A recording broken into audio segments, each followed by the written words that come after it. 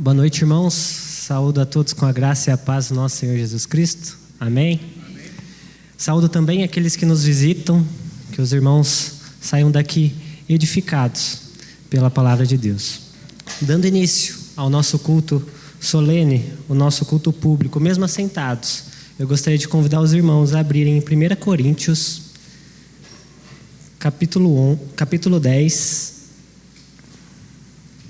versículo 31. 1 Coríntios, capítulo 10, versículo 31.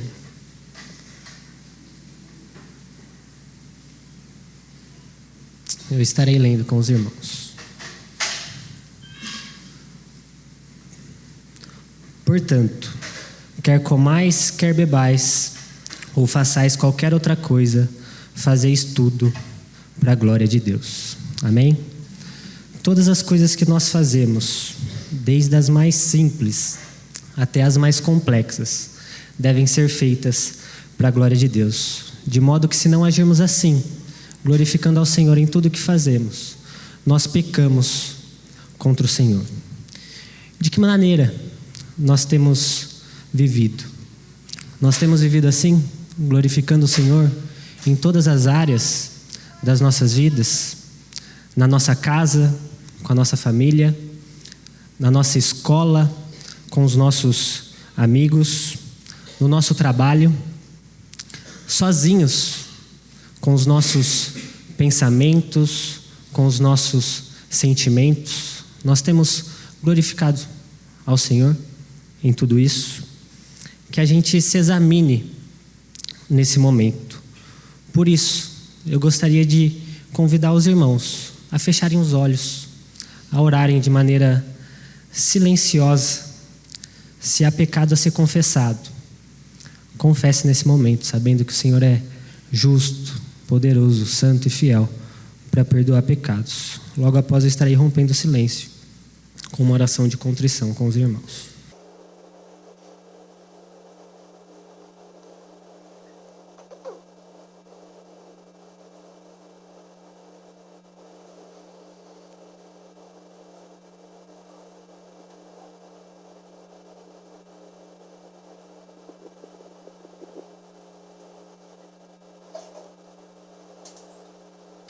Pai querido, obrigado por mais um dia de vida, obrigado por mais essa oportunidade, meu Pai, de estarmos aqui, reunidos, para adorar e engrandecer o Senhor.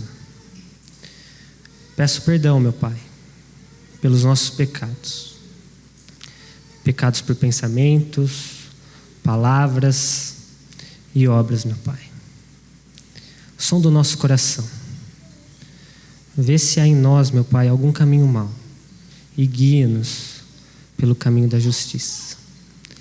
Que o Senhor nos dê a graça, meu Pai, de enxergar cada vez mais o nosso pecado, a fim de que a gente se arrependa e seja moldado na imagem e semelhança do Teu Santo Filho Jesus Cristo.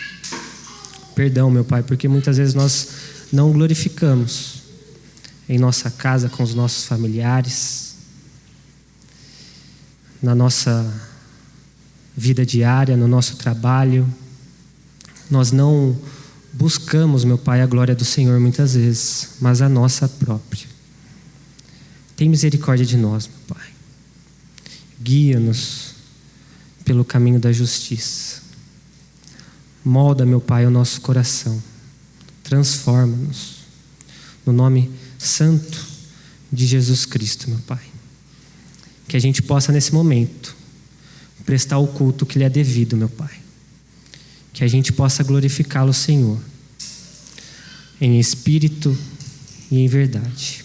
Obrigado porque o Senhor perdoa pecados, meu Pai. Obrigado porque um dia o Senhor nos salvou.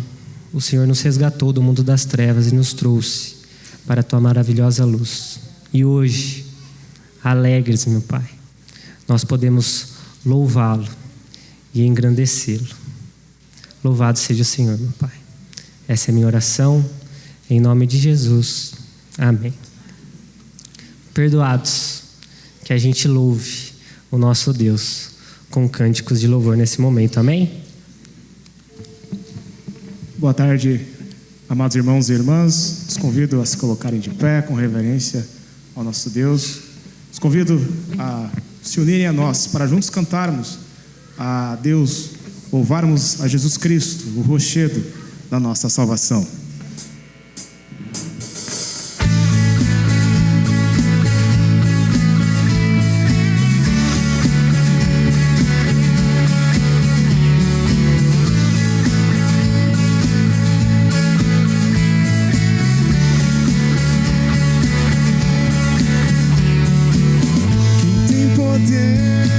Sobre o pecado, o seu amor é poderoso, o Rei da glória, o poderoso Deus.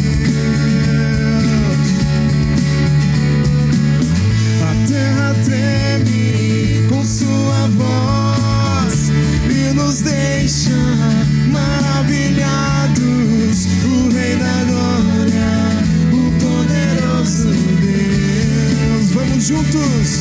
Maravilhosa graça, teu amor que não falha, tomou meu lugar, levou a minha cruz, teu sangue me salvou, minha dívida pagou.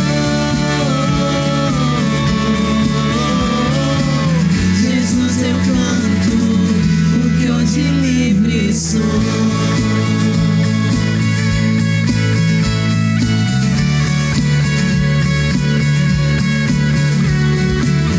És quem traz paz ao caos do homem, és escudo aos indefesos, o Rei da glória, o poderoso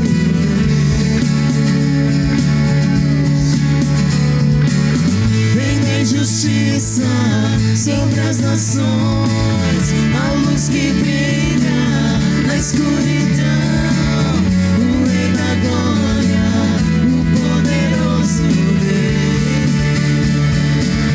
Maravilhosa graça, teu amor que não para, tomou o meu lugar.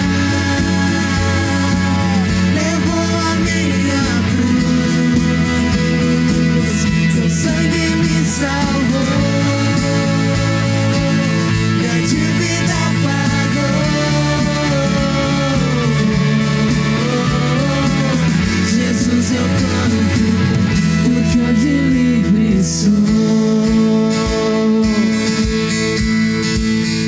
Digno é o Cordeiro de Deus, digno é o Cordeiro que a morte venceu, digno é o Cordeiro de Deus, digno é o Cordeiro que a morte venceu, digno é o Cordeiro de Deus, digno é o Cordeiro que a morte venceu, digno é o Cordeiro de Deus, digno é o Cordeiro, maravilhosa graça, teu amor que não falha, tomou o meu lugar, levou a minha cruz, teu sangue me salvou, minha dívida pagou.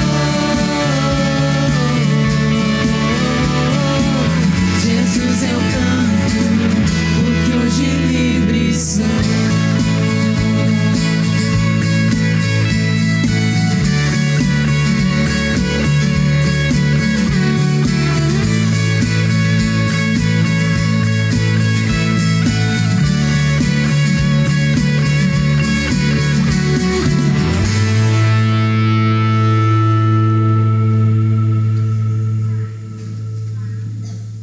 Amém.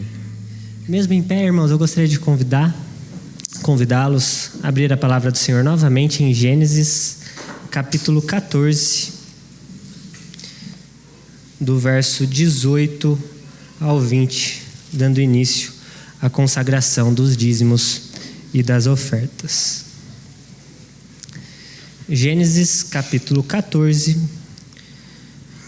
do verso 18 ao 20.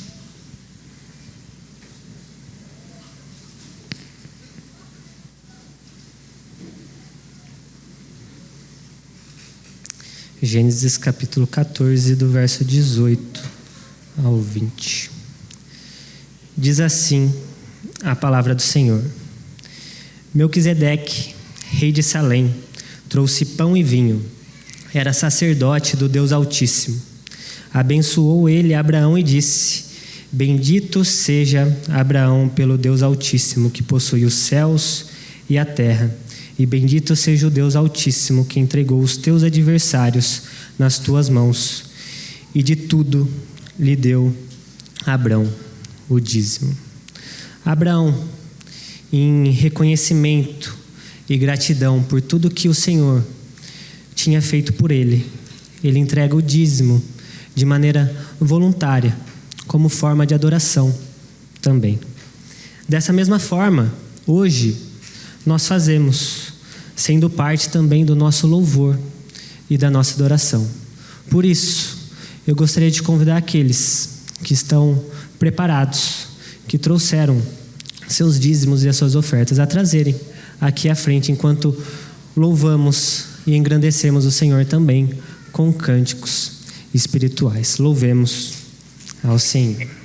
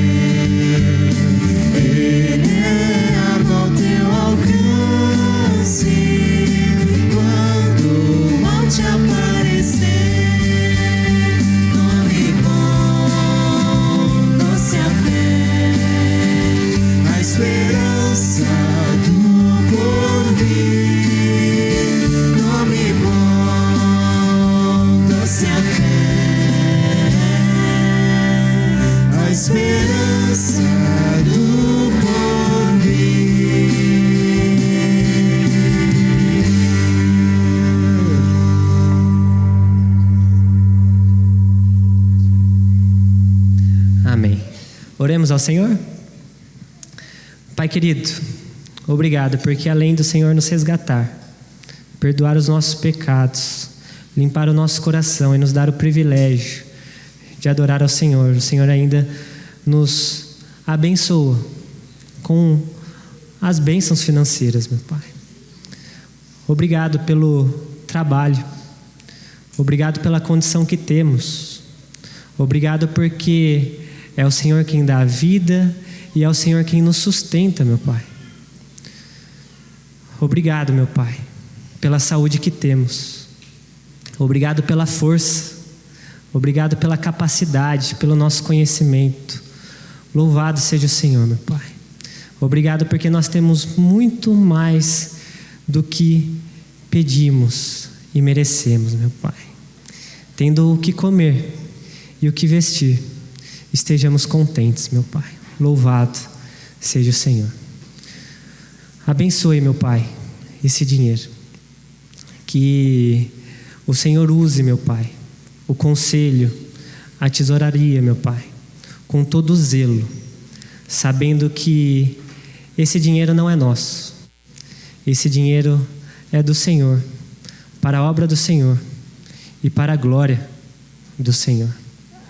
Que esse dinheiro seja usado de maneira santa e correta para louvor da Tua glória. Essa é a nossa oração, no nome santo de Jesus Cristo. Amém. Que a gente louve novamente ao Senhor.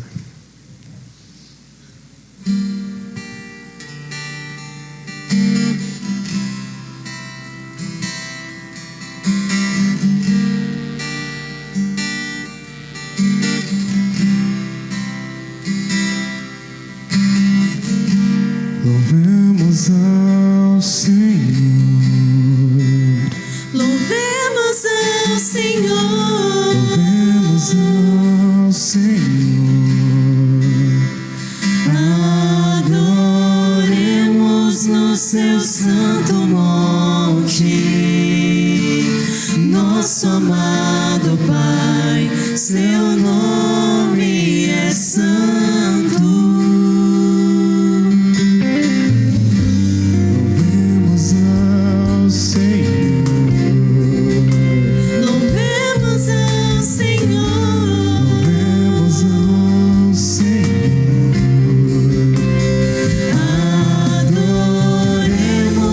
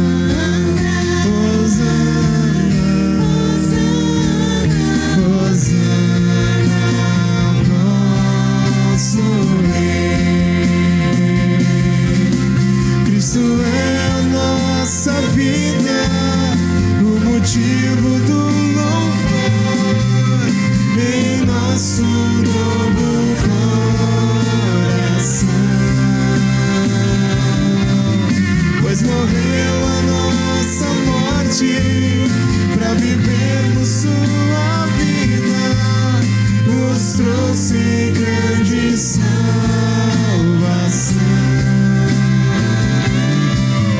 Cristo é a nossa vida, o motivo do louvor em nosso novo coração. Pois morreu a nossa morte para vivermos sua vida, nos trouxe grande salvação.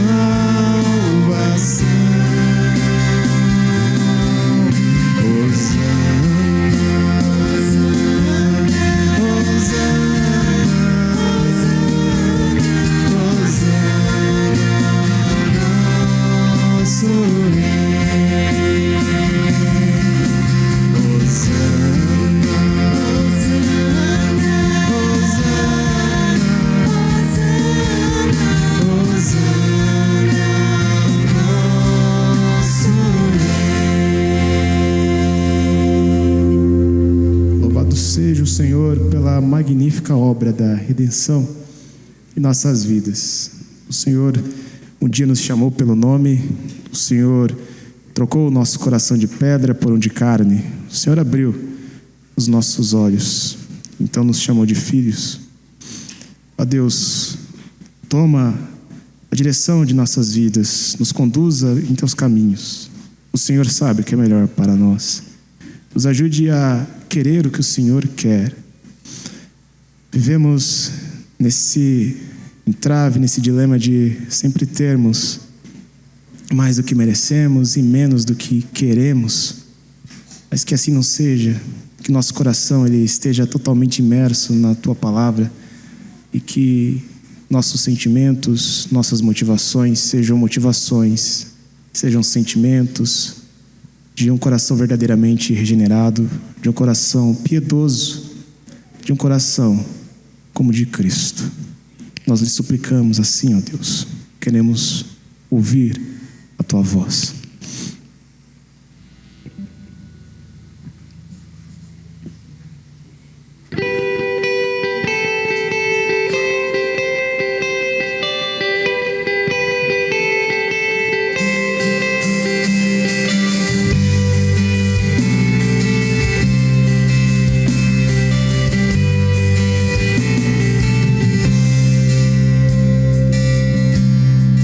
Eu vim aqui pra te encontrar, pra te ouvir, pra me render mais uma vez. Não temerei, não vou fugir, vou aceitar o teu querer, eis-me aqui.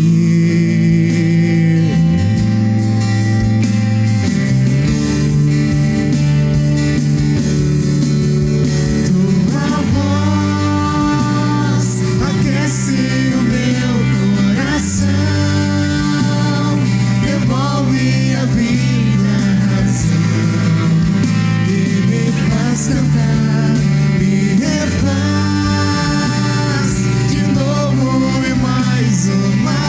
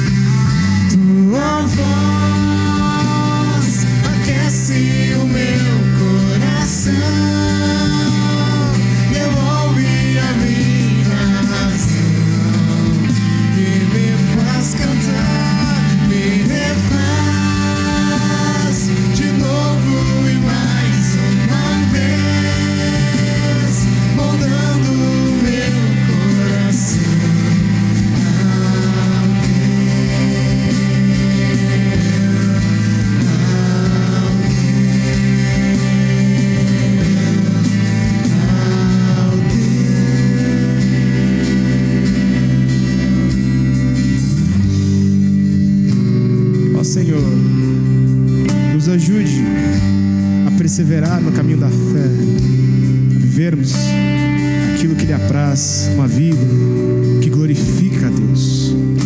Esteja conosco, nos ensina, nos instrua. Nós lhe suplicamos que nossas vidas sejam para a tua glória. Em nome de Jesus oramos. Amém.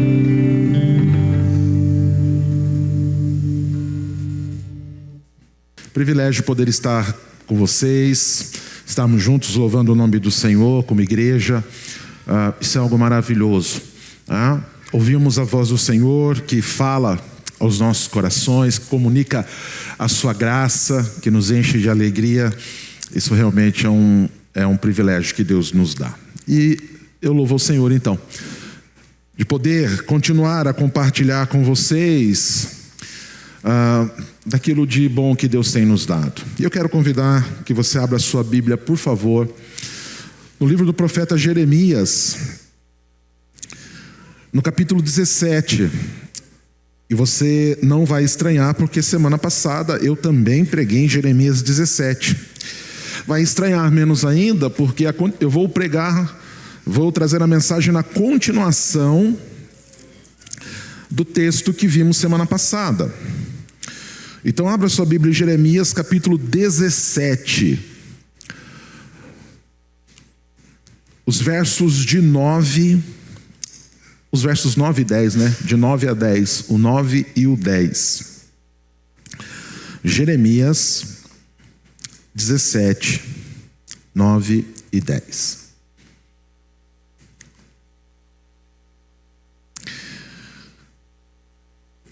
O texto diz assim: enganoso é o coração, mais do que todas as coisas, e desesperadamente corrupto. Quem o conhecerá? Eu, o Senhor, esquadrinho o coração e provo os pensamentos, e isso para dar a cada um segundo o seu proceder, segundo o fruto das suas ações. Amém? Louvado a Deus, louvado seja o nome do Senhor, né? Louvado seja Deus pela sua palavra, e que nós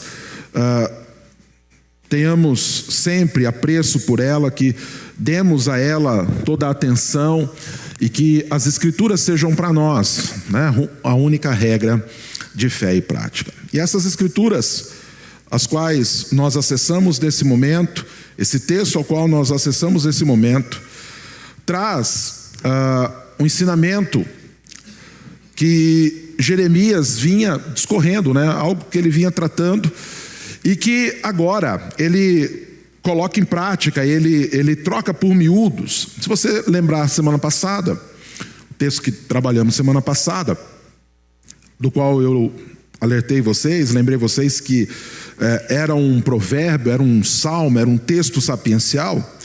E nesse texto, dos versículos de 5 até o 8, Jeremias faz um paradoxo, né? Uma comparação, um paralelo, né?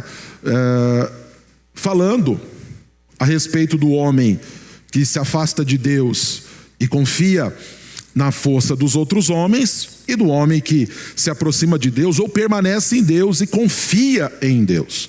O que se afasta do Senhor e confia no braço do homem, na força do homem, é considerado maldito. Pelo que aquele que confia no Senhor, que permanece no Senhor, que anda com o Senhor, é considerado bendito. E Jeremias alerta que o povo de Israel havia apartado o seu coração de Deus. Ou seja, o povo havia afastado o seu coração, o povo estava distanciado no seu ser do chamado de Deus, daquilo que Deus queria para as suas vidas. Ou seja, Israel era um povo que estava ali vivendo naquele momento, segundo o seu proceder, como um povo sem Deus.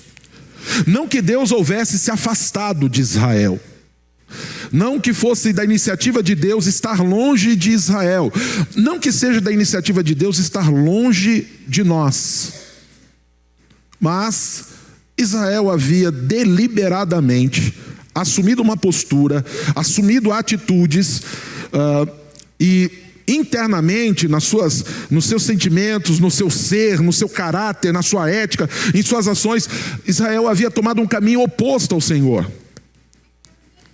Se o pecado é errar o alvo de Israel era Deus, e Israel havia se afastado de Deus, agindo de maneira idólatra, confiando em outros deuses, assumindo para si adoração que não era adoração ao Senhor. E Jeremias faz um alerta. Jeremias traz um ensinamento, o qual eu frisei, eu gostaria que você se lembrasse, que foi falado semana passada. Deus estava chamando Israel a trazer para perto do Senhor o seu coração. Deus estava chamando o seu povo a voltar e a colocar o seu coração, o seu ser na presença de Deus. E disse, a juízo de ser julgado, né, como ou de ser julgado de usar, né, aqui apetrechos, argumentos de coaches, né, mas que Deus quer o seu coração. Deus deseja o seu coração. Só que o povo de Israel parece que não estava entendendo isso. E Deus, então, por meio de Jeremias, faz mais um ensino exortativo, administrativo, e que é um ensino que serve para mim e para você. E nesse ensino, o Senhor diz que o coração do homem é enganoso. Que o coração do homem, sem a presença de Deus, que o coração do homem apartado de Deus, você não se esqueça desse termo. Tá? Você não se esqueça desse alerta que Deus faz ao povo por meio de Jeremias. O meu povo, né, apartou o seu coração. O povo havia apartado o coração do Senhor. Então, o homem sem Deus, o homem distante do Senhor, o homem buscando suas próprias vontades, dando vazão aos seus deleites, aos seus desejos, à sua carne, à sua sensualidade, esse homem vai ser destruído. E Deus diz, porque o seu coração, as suas vontades, os seus juízos, eles vão levar você à destruição. Então, Deus diz por meio de Jeremias, o coração do homem é enganoso, o coração é enganoso, mais do que todas as coisas. Então o homem no seu ser, o homem ao natural, tá? O homem deixado à sua própria vontade,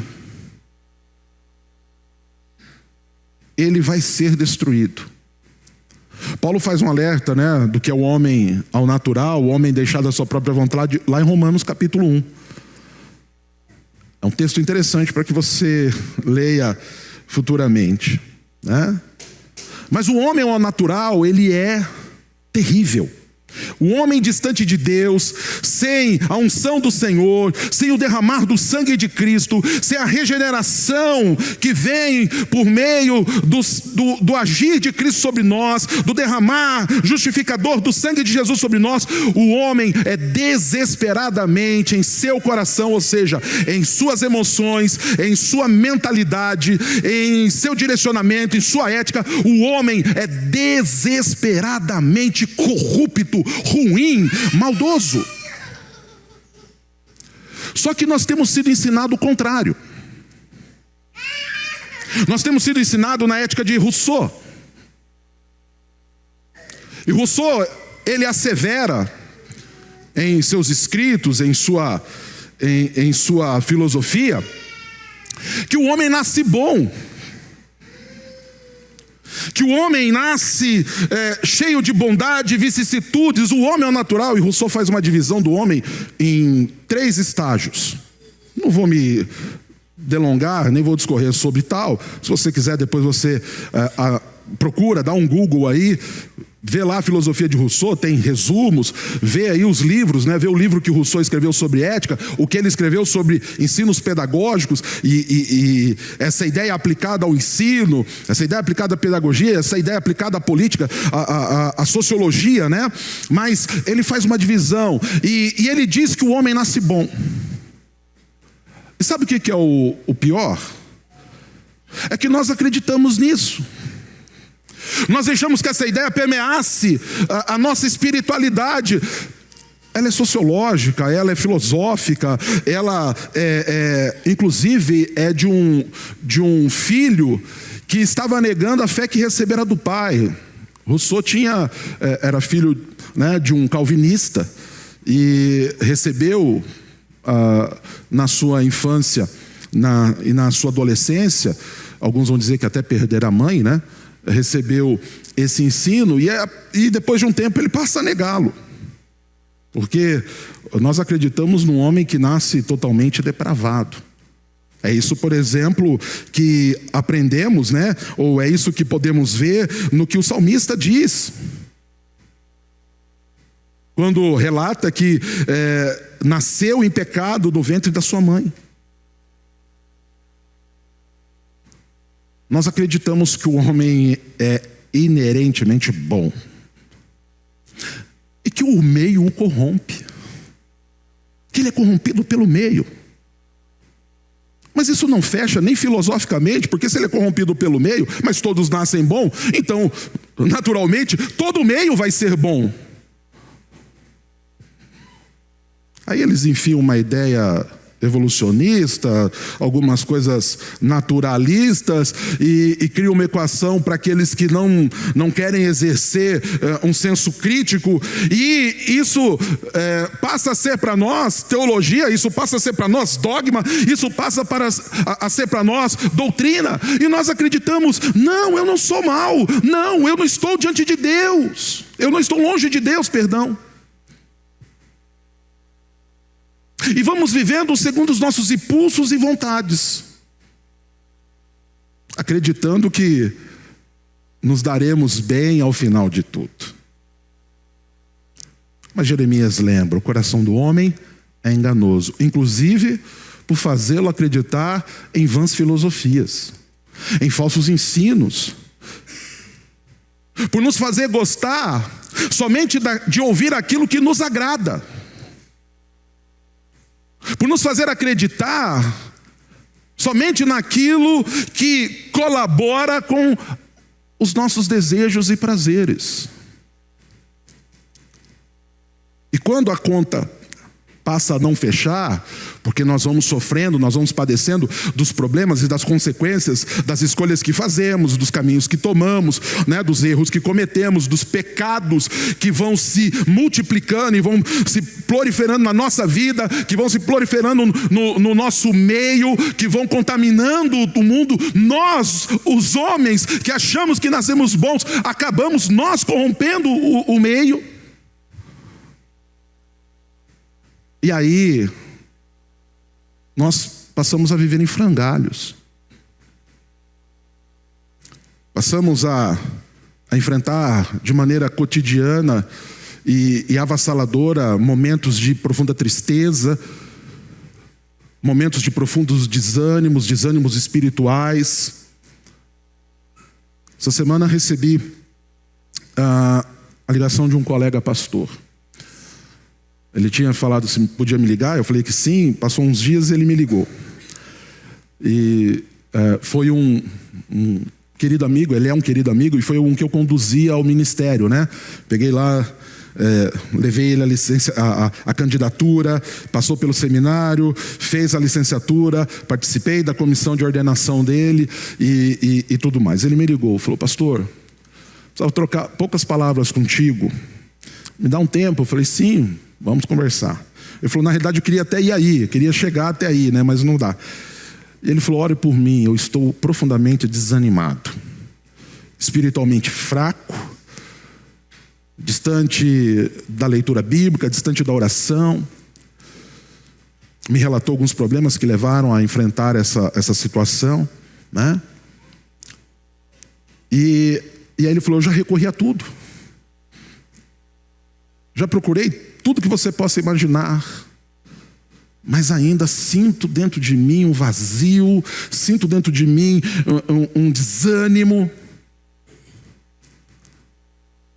E aí eu falei para ele: olha, sem oração, sem Bíblia, sem se aproximar do Senhor, tudo que você fizer vai ser um paliativo. Tudo que você fizer vai ter efeito placebo. Pode até não fazer mal, mas não vai fazer bem. E por não fazer bem, você vai caminhando e o desânimo vai tomando conta e o desespero vai vindo até que você se perde por total. E é assim que nós temos vivido. Entregando as nossas emoções, entregando as nossas mentes, permitindo que os nossos corações sejam tratados por placebos. Não faz mal, mas me faz permanecer no lugar mau. O coração do homem é doente, diz o Senhor. Desesperadamente doente. E esse é o grande problema do homem. E quanto mais distante do Senhor, quanto mais distante da verdade do Senhor, quanto mais o homem procura satisfazer a si mesmo e afasta-se do Senhor, mais doente o seu coração permanece. Quanto mais o homem procura dar as suas próprias soluções e acredita que do homem virá socorro, virá sustento, mais doente ele se torna. Pastor, de onde o senhor está tirando isso? O texto está nos dizendo isto. Meu povo apartou o seu coração de mim. E isso está fazendo com que eles permaneçam em trevas e mostre toda a sua miséria, mostre ou experimente de todo o seu desespero, de toda a sua doença.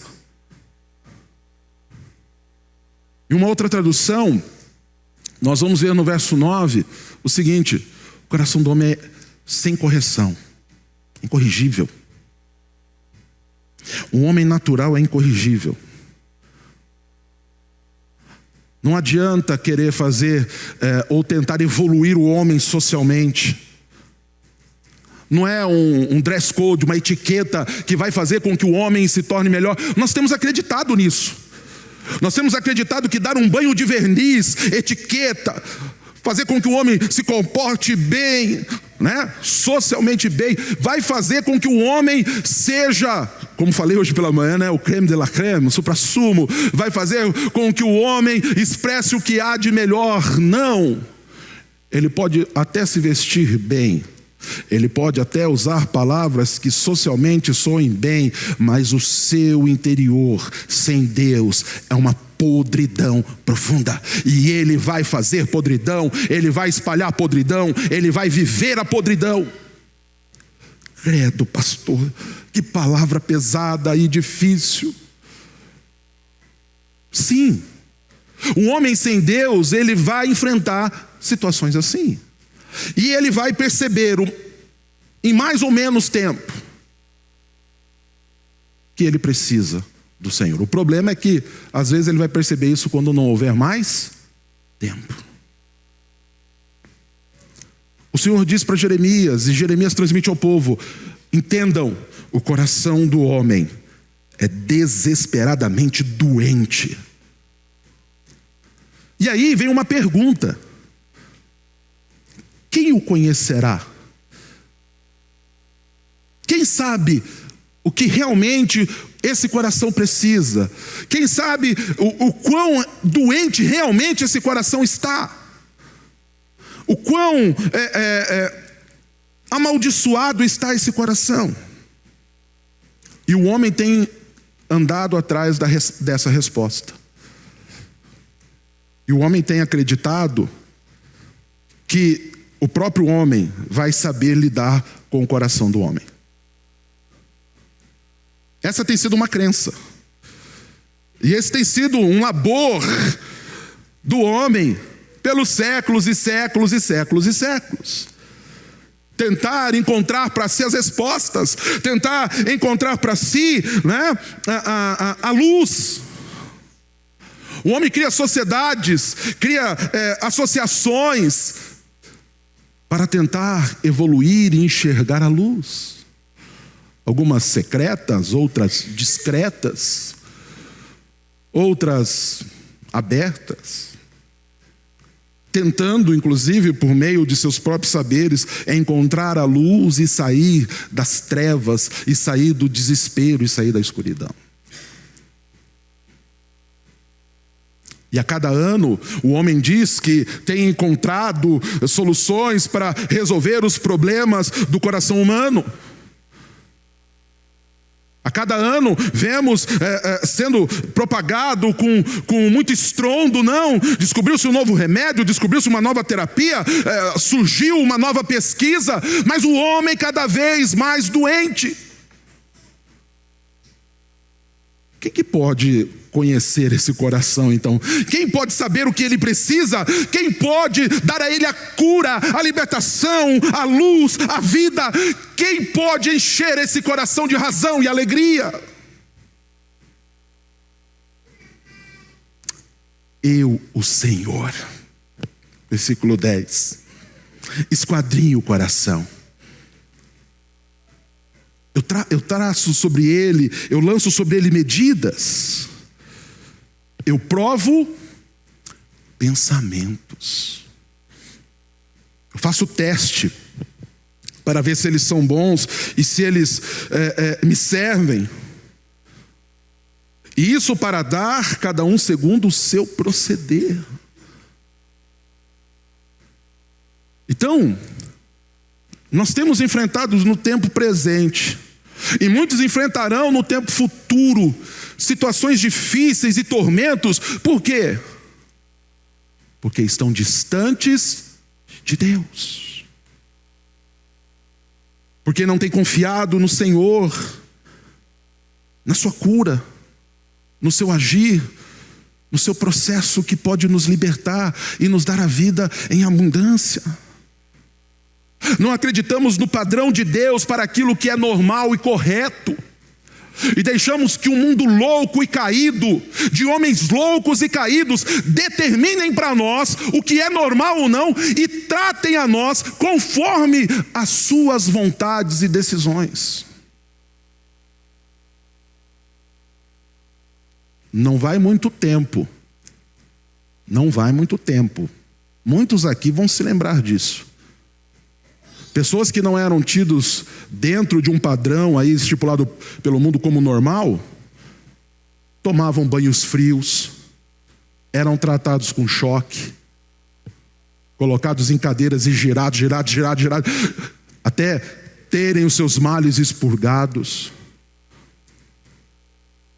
Eram encarcerados em quartos gélidos, porque eram considerados anormais. Os homens cometeram atrocidades, porque acharam que eles sabiam o que era correto. Nesse seu anseio por estipular o que é normal, esses homens que muitos de nós sem saber seguimos, disseram: não, se você é preto, você não é normal, só é normal se você é branco. Se os seus olhos são claros, se você tem uma determinada altura. Agora já não é mais isso. Você tem que ser branco e de determinada etnia. Se você não é, você vai ser tratado ou até assassinado. E dessas ideias derivam muito de coisas que a gente acredita hoje. Num mundo que acredita evoluir, mas que caminha a passos largos para a sua própria destruição. Não vai muito tempo. Se você é homem, você é normal. Se você é mulher, você não presta. Os homens gostam de acreditar nisto e de entregar os seus corações a isso. de maneira a acreditar em fábulas e esperarem destes homens que mais propagam destruição do que vida, milagres para lhes dar luz, para lhes trazer ânimo. Ciências que hoje nós idolatramos foram criados por homens que um dia serviram o nazismo. E que hoje nós achamos o que é melhor. E o homem vai entregando seu coração a isso. O homem vai acreditando nisso. O homem vai acreditando que do próprio homem emana força, quando na realidade nós dependemos de Deus. Mas, ao exemplo de Israel, muitos têm apartado o seu coração do Senhor. Mas Deus nos diz: eu esquadrinho o coração, eu provo pensamentos. Então eu sei o que te aflige, eu sei o que te perturba. E eu tenho dado a cada um segundo o seu proceder, segundo os frutos das suas ações, segundo o resultado daquilo que vocês fazem. E Deus fala a nós, por meio de Jeremias: vocês são responsáveis por aquilo que vocês têm feito. Eu tenho vos chamado à vida, eu tenho vos chamado à cura, eu tenho vos chamado à libertação, mas vocês têm desejado outras coisas, então vocês vão ser responsáveis por isso. E esse é o relato do homem sem Deus. Esse é o relato do homem distante do Senhor. Não há vida, não há esperança, não há luz. E eu preciso te dizer algo: a religião também não vai preencher o que você precisa. Os dogmas inventados por homens também não vão preencher o que você precisa. Então nós temos que estar muito atentos. E a partir daí, eu quero trazer algumas questões para que nós pensemos, para que você pense. Primeiro, o homem sem Deus, ele é totalmente depravado. O homem sem Deus, por si só, não consegue nada, e nós precisamos entender isto. Se o homem sem Deus, ele é totalmente depravado, nós não podemos buscar socorro para nós em homens sem Deus. Nós não podemos depositar a nossa confiança ou dar algo que é tão precioso, dado pelo Senhor a nós, a homens sem Deus.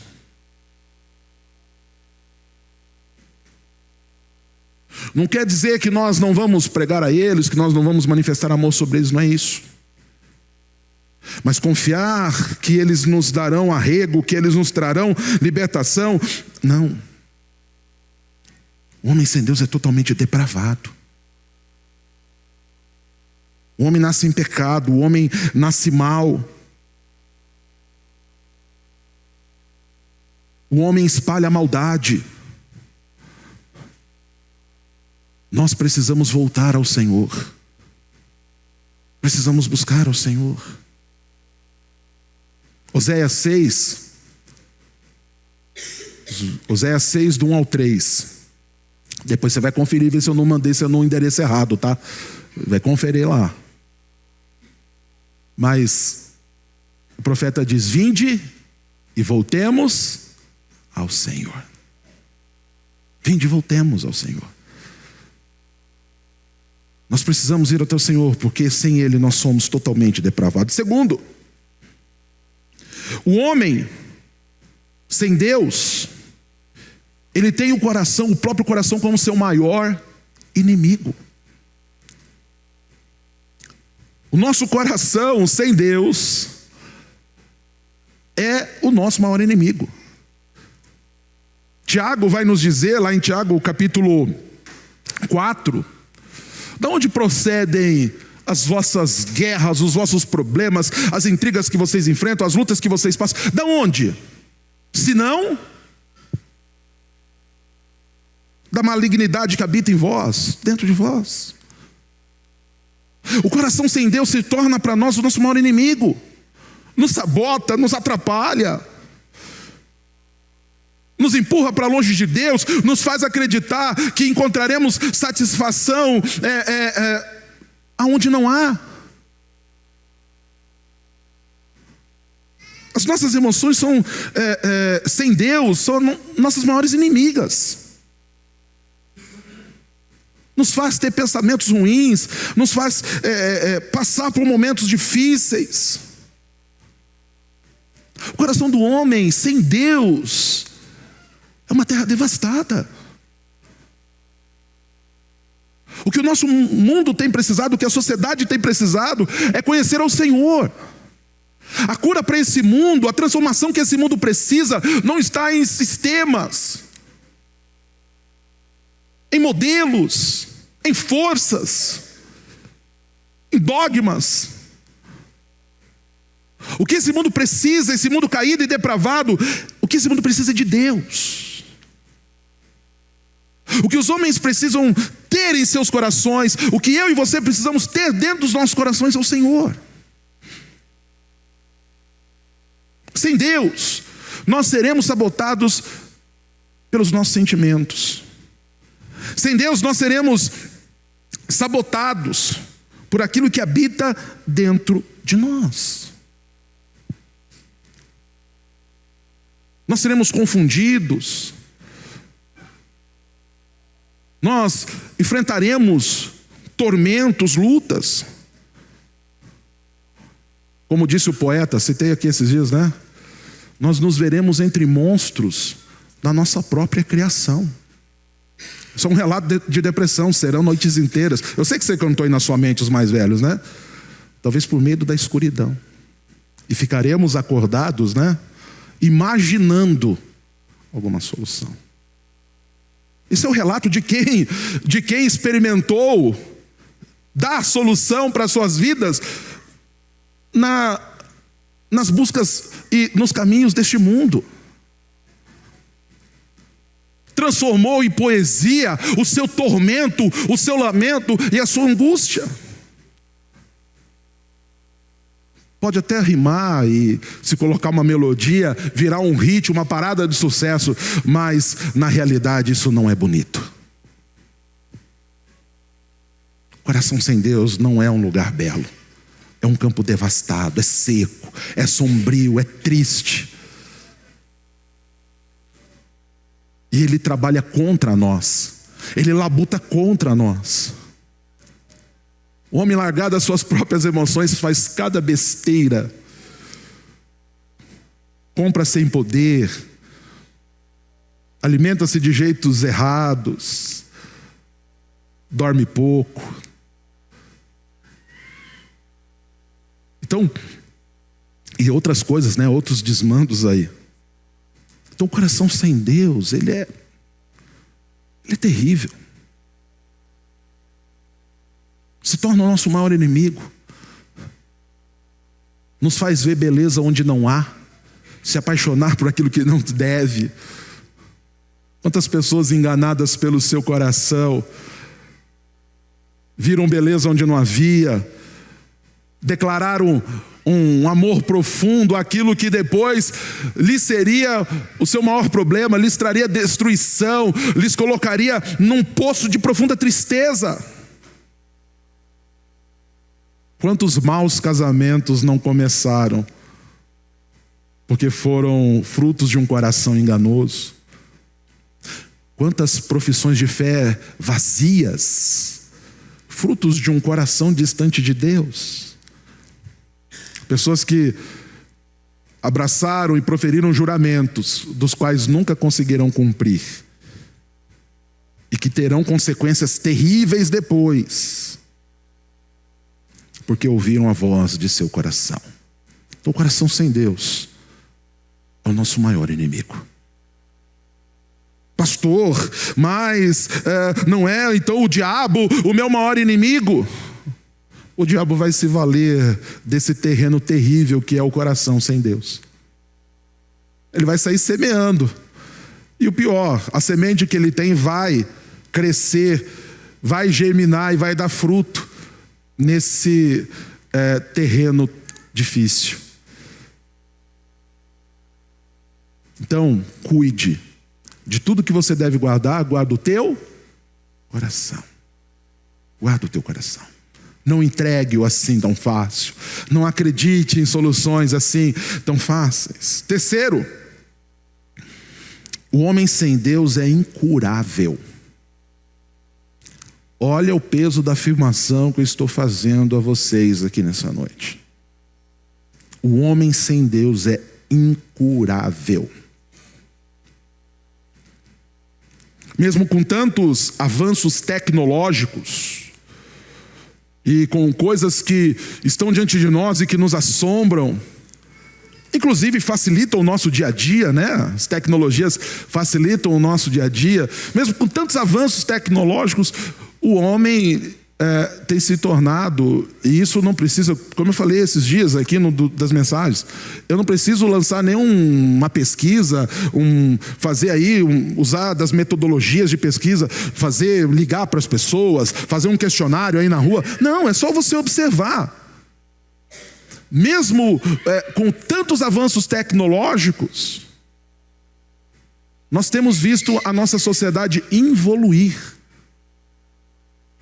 Inclusive cumprindo-se a profecia que nos últimos dias o amor de muitos se esfriaria. Uma sociedade com muitos acessos, uma sociedade com muita tecnologia, uma sociedade com muito conhecimento, muita informação, não muito conhecimento, muita informação. Nós temos um mundo de muita informação, mas nem tanto conhecimento assim. Um mundo que tem se tornado cada dia mais difícil de se viver. Estávamos hoje conversando um pouco depois do almoço lá em casa, e nós estávamos brincando, né? Hoje, você, dependendo como for, você não pode fazer determinadas piadas, você já não pode chamar determinados doces por determinados nomes, que isso pode te causar problema, né? Você tem que tomar cuidado com o que vai pregar, porque você pode sair preso do púlpito, né? Uma sociedade que tenta corrigir os seus problemas por narrativas, quando as suas práticas têm se tornado cada vez mais podres, mostrando que mesmo com os grandes avanços, o homem tem experimentado dos seus piores dias. Piores dias. Uma sociedade corrupta, vazia, e que inclusive se expressa dentro da igreja. A igreja é um reflexo muito nítido do que nós temos observado na sociedade. Falamos pela manhã sobre isso também na nossa EBD, né? Igrejas cheias de pessoas vazias. Uma igreja que não influencia mais, que não imprime transformação, que não incomoda o pecador, que não dá resposta aos dilemas existenciais do mundo, que pelo contrário tem acreditado nas soluções do mundo. Uma igreja que, ao invés de acreditar num Deus criador, que fez céu e terra, assumiu uma mentalidade evolucionista, e por isso toma para si as soluções, acreditando nesse poder evolutivo do homem. Tempos atrás confrontei uma pessoa com a realidade da Bíblia e falou: pastor, mas nesse tempo não tinha recurso. Tipo assim, nesse tempo não tinha, o homem não era tão evoluído assim. Hoje o homem é evoluído. Sim, esse é o pensamento de Nietzsche para você, e você assumiu. Quando o homem alcançar, né, a evolução, quando o homem alcançar o alto teor tecnológico, Deus morreu. Porque o homem não vai precisar mais de Deus, o homem vai ter para si a cura, o homem vai ter para si o bem-estar, o homem vai ter... Essa mentalidade tomou conta dos crentes, mostrando que o homem, desde que o mundo existe, o homem é terrível e incurável. O homem acreditou que poderia ser Deus, e por isso comeu do fruto. O homem sem Deus é incurável. E a partir daí, eu coloco mais uma afirmação: o homem só encontrará plenitude, vida abundante, plena, transformada, alegria suprema, quando o seu coração estiver totalmente rendido ao Senhor. Não há outra fonte de vida, não há outra fonte de cura, não há outro que possa dominar e fazer com que os teus pensamentos sejam bons, que o teu coração seja alegre, senão o Senhor. Só Ele pode. Só Ele tem para nós as belas palavras de vida. Só Ele tem para nós transformação. Só Ele tem para nós o verdadeiro regozijo, refrigério. Só o Senhor. Não são os homens, não são as religiões dos homens, mas é aquilo que Deus tem para dar para nós. O homem sem Deus é incurável. Só o Senhor pode fazer. Ele mesmo diz: quem o conhecerá? Só eu posso. Só eu posso. Só eu posso trazer cura. Só eu posso manifestar graça. Só eu posso trazer a transformação. Em quarto e último lugar, o homem sem Deus, ele não pode viver, ele não tem vida. E aqui eu faço um acréscimo, porque o homem precisa de Jesus. O homem pecador e distante de Deus tem procurado várias maneiras para viver. Ele tem buscado inventar modelos de vida, ele tem buscado inventar soluções, mas sem Deus o homem não pode viver. O homem até sobrevive num arremedo, num rascunho de vida, e num rascunho muito ruim, sombrio, terrível. E essa tem sido, e perdoe-me pela expressão, por favor, eu sei que é pesada, mas essa tem sido a desgraça do homem. Querer viver sem Deus, querer viver distante de Deus, acreditar que distante de Deus ele vai ter abundância. Ele não vai ter abundância. Em nenhuma das esferas de sua vida, o seu casamento distante de Deus não vai ser um casamento vivo, não vai ser um casamento agradável. Pode inclusive existir deleites carnais, que vão dar em um certo momento um deslumbre de alegria, um êxtase de alegria, mas que logo se acaba. É efêmero, passa. A sua vida familiar não vai ser plena sem Deus. Suas finanças não serão plenas sem Deus. Mesmo que você conquiste o mundo inteiro, mesmo que você alcance o the summit da vida financeira, o pico, o auge, sem Deus, isso não vai lhe trazer satisfação. Lembre-se da pergunta que ecoa: que adianta o homem ganhar o mundo inteiro e perder a sua alma? Sua mente, o seu coração, os seus pensamentos não gozarão de plena saúde se o Senhor não habitar neles. Se o Senhor não edificar a casa, em vão trabalham os que edificam. Hoje nós temos aí, né? Aí vou usar mais um termo dos nossos jovens, no hype, né? A ideia de que o corpo é o templo do Espírito, nós temos que cuidar do templo do Espírito. Então trabalhemos o corpo, né? Trabalhamos ele de maneira que o Senhor se agrade. Mas não adianta nada você trabalhar o corpo todo na creatina, no whey protein, no supino. Já estou começando a sentir dor nas costas já, né? Já estou começando a sentir o ciático pinçar, né? Não adianta séries incansáveis de sumô, afunda, se o Senhor não edificar a casa. Em vão trabalham os que edificam. Em vão trabalham os que edificam. Não estou dizendo para você não fazer exercício, faça. Senão os meus queridos treinadores aí, né? Os personagens vão me pegar lá fora. E eu não estou conseguindo correr muito, vou apanhar fácil deles, né? Então, trabalhe, faça exercício, é bom. Tem a ideia do bem-estar aí, mas eu falei, eu não sinto muito feliz treinando não, mas vamos embora, né? Mas se o Senhor não edificar a tua casa, se o Senhor não edificar o teu corpo, se o Senhor não edificar a tua finança, se o Senhor não edificar as tuas emoções, não adianta. Se o Senhor não edificar a igreja, não adianta.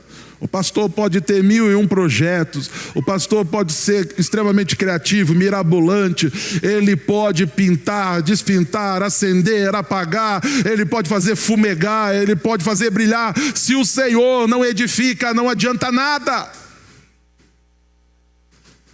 De nada. Se o Senhor não edifica o teu interior, a tua vida, se Ele não é aquele que cuida do teu coração, que pastoreia a tua alma, aquele que te leva a pastos verdejantes, o que você vai experimentar não vai trazer satisfação. É como nós cantamos: distante de ti, Senhor, eu não posso viver. Já que eu citei um poeta mundano, agora cito um inspirado pelo Senhor, de uma música que eu gosto muito: distante de ti, Senhor, eu não posso viver. E nós devemos ter essa convicção que não vale a pena existir. Então, nós precisamos de Cristo em todas as esferas da nossa vida, a permear cada centímetro de nós, cada centímetro de nossa mente, cada centímetro do nosso coração. O salmista sabia disso. Ele diz: sonda-me, Senhor, e conhece-me. Observa os meus pensamentos. Lança esquadro sobre o meu coração, Senhor. Vê se há em mim algum caminho mau, e guia-me pelo caminho eterno. Guia-me pela tua vontade, Senhor. Porque eu sei que no Senhor, mesmo que lutas venham, eu não serei abalado, eu não serei atormentado. Lembra do que nós vimos semana passada, no verso 8, desse texto de Jeremias 17? Aquele que confia no Senhor, ele não receia, ele não desanima, ele não fica pesado, ele não fica ansioso, porque ele está alicerçado, confiado no Senhor. Não está apartado de Deus, não está enganado, não está iludido, não está dopado, não está... não vive nesse cansaço desse mundo, porque quando as lutas batem, os que estão no Senhor podem ir até Ele e lançar sobre Ele o fardo, lançar sobre Ele o cansado, porque Ele tem cuidado de nós. Ele tem cuidado de nós. Então, nós não podemos nos afastar de Deus. Então, cada um de vocês que estão aqui nessa noite, jovens, adolescentes, homens, mulheres, adultos, idosos, todos nós devemos voltar ao Senhor, colocar o nosso coração, colocar os nossos pensamentos aos pés do Senhor, nas mãos do Senhor, confiados no Senhor.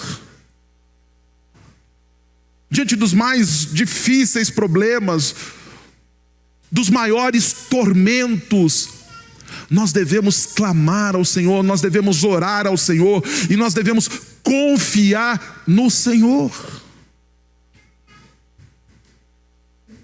clamando pela sua glória, confiados no Senhor, protegidos no seu amor. Não despreze o privilégio que você tem de se encontrar com o Senhor, de orar ao Senhor, sem intermediário. Você não precisa de mim para orar por você, não. Não que eu não ore, não que eu não possa orar, mas você não precisa, você pode chegar diante dEle, o véu se rasgou, você tem acesso à presença dEle, busque a Ele, fale com Ele, ouça o que Ele tem a te dizer, deixe que as palavras de vida dEle inundem sua mente, inundem seu coração, que te tragam a vida, que te restaurem a esperança, que te restaurem um sorriso glorioso no rosto. O Senhor é misericordioso, abundante em graça. Ele traz vida ao coração mais triste e dorido. Não há trevas que Ele não possa dissipar, não há dor que Ele não possa curar, não há enfermidade que seja maior do que o seu poder. E Ele tem cura para manifestar sobre a sua vida hoje. Ele tem bênção para derramar sobre todo aquele que se curva diante dEle, que clama pelo nome poderoso dEle. Só Ele tem palavras de vida e de transformação. Renda o seu coração ao Senhor. Entregue o seu caminho a Ele e confie. O mais Ele já tem feito e o mais Ele fará a cada dia. Nós temos nesse mundo manifesto o melhor de Deus, Cristo Jesus o Senhor. Você não precisa mais andar atormentado, você não precisa mais carregar tristezas, angústias, você não precisa mais andar acorrentado no seu ser, no seu interior, no seu coração, nas suas emoções, nos seus pensamentos. Não, Ele te chama: vinde a mim, todos vós que estáis cansados e sobrecarregados, e eu vos aliviarei. Talvez o que você tenha vindo procurar aqui nessa noite é esse alívio, esse descanso. E o Senhor tem Ele em abundância para dar para você. Pastor, o que eu preciso fazer? Renda o teu coração a Ele, ore a Ele, confie nele. Não precisa nada de espetaculoso, nada de teatral, não precisa fazer nada para nenhuma fórmula mágica, né? 2 botões para cá, LR para lá, L2, R1, aí que é outro videogame, nada disso. Não tem nenhum hackzinho escondido aí, não. É só você abrir o seu coração ao Senhor, você clamar: Senhor, toma para ti o meu coração. Eu reconheço que eu preciso de Ti, me reconheço pecador, me reconheço depravado, me reconheço necessitado de Ti. O coração compungido e contrito, Deus não desprezará. Deus não desprezará. A minha oração por você é que o Espírito te toque ao ponto de que você entenda isso, que você pronuncie diante do Senhor isso, e que você confie, por meio da graça dEle, que isso é real e possível a todos nós. É possível para você. Sim, você pode viver vida plena e abundante. E você nem precisa aumentar a quantidade da oferta, do dízimo, nada disso, porque não se compra. Não é algo que se venda. É dado abundantemente, graciosamente e gratuitamente a todo aquele que crê. Não se vende, não se compra. Aquele convite de Isaías 55: vinde todos vós, comei e bebei. Vinde de graça, comei e bebei de graça, deliciem-se, banqueteiem, porque o Senhor tem a dar a vós abundantemente, generosamente, gratuitamente, vida e vida em abundância. Pastor, mas eu não preciso dar 7 pulinhos, eu não preciso rodopiar, eu não preciso fazer nenhuma oferta, nada. Você precisa render o teu coração a Ele, verdadeiramente a Ele. Pastor, mas todos os problemas, talvez eles não acabem, talvez os problemas não acabem, mas que você vai experimentar de uma paz, de uma alegria, de uma tranquilidade. Lembra, acho que nem todos vão lembrar, daquela propaganda, acho que era do C4 Palas, né? O carro era ruim, mas a propaganda era boa. O mundo era um cara de uma série aí, e aí o cara tava bomba e tudo mais, de repente ele entra no carro e vira uma paz, uma tranquilidade. É mais ou menos não é melhor do que isso, o que Deus tem para dar para você. Vamos clamar a Ele. Feche os teus olhos, baixa a sua fronte, falemos com o Senhor. Pai bondoso, nós te agradecemos por esse tempo e clamamos, Senhor, toma para ti o nosso coração, toda a nossa alma, todos os nossos pensamentos. Pai, eu clamo que o Senhor tome para ti, ó Pai, toda a nossa confiança. Nós não queremos, ó Pai, confiar mais nos homens, nos seus braços, em suas forças, em suas soluções. Nós queremos confiar em Ti, no Teu tempo, na Tua vontade, no Teu querer, no Teu realizar. Mesmo que isso se dê em meio a lutas, a dificuldades, os que confiam no Senhor, mesmo que os montes se abalem, não estremecerão, não temerão dias difíceis, porque o Senhor é conosco. Eu oro pelos corações doridos, eu oro pelas almas cansadas, eu oro por aqueles que estão atormentados por dívidas, por contas, por pressões, por aqueles que estão adoentados no seu corpo, na sua mente, no seu coração. Eu oro pelos que chegaram aqui nessa noite, ó Pai, com pensamentos suicidas, com um desejo de não mais viver. Eu oro para que o Senhor os encontre, Pai, dentro da sua vontade, porque aqueles que são encontrados pelo Senhor encontram um manancial de águas da vida, que jorram, que refrigeram, que curam, que purificam. Os que são encontrados por Ti, ó Pai, podem estender as suas raízes, eles encontrarão alimento, água. Só o Senhor pode nos levar, ó Pai, a pastos verdejantes, mesmo que para isso precisemos passar pelo vale da sombra da morte. Eu clamo para que o Senhor, no poder do Teu Espírito, encontre nessa noite esses corações, encontre essas mentes, Pai, e capacita-nos para cuidar deles, para levá-los ao pleno conhecimento do Senhor, discipulando-os, ensinando-os, fortalecendo-os, fortificando-os, ó Pai, de maneira que não só hoje, mas em toda o restante dessa gloriosa caminhada eles possam experimentar da abundância e da alegria. Deus amado, manifesta o Teu poder e graça no coração daqueles que já procuraram em tudo, na mente daqueles que já confiaram em tudo, mas que nunca experimentaram de uma verdadeira paz. Eu clamo por abundância em suas vidas, nos seus casamentos, nas suas famílias, nos seus trabalhos, empregos. Eu clamo por abundância nas finanças, ó Pai. Eu clamo por abundância de vida, saúde. E que Teu povo seja o reflexo da manifestação da Tua glória sobre a face da terra. Que Teu povo Te conheça em profundidade, em abundância.